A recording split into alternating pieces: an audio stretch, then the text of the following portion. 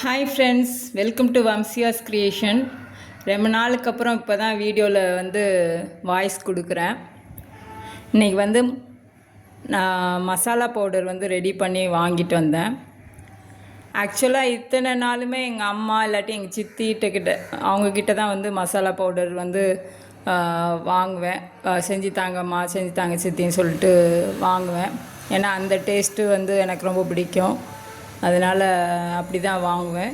இன்றைக்கி நானே எல்லாமே ரெடி பண்ணி அரைச்சி எடுத்துகிட்டு வந்தாச்சு.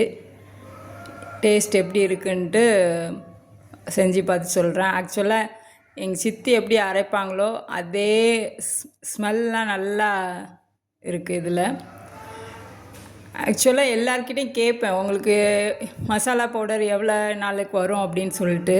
எல்லாம் ஸ்மால் பாக்ஸ்லேயே வச்சுருப்பாங்க, ஆனால் அவங்களுக்கு ரொம்ப நாள் வரும். எனக்கு மசாலா நிறையா வேணும்.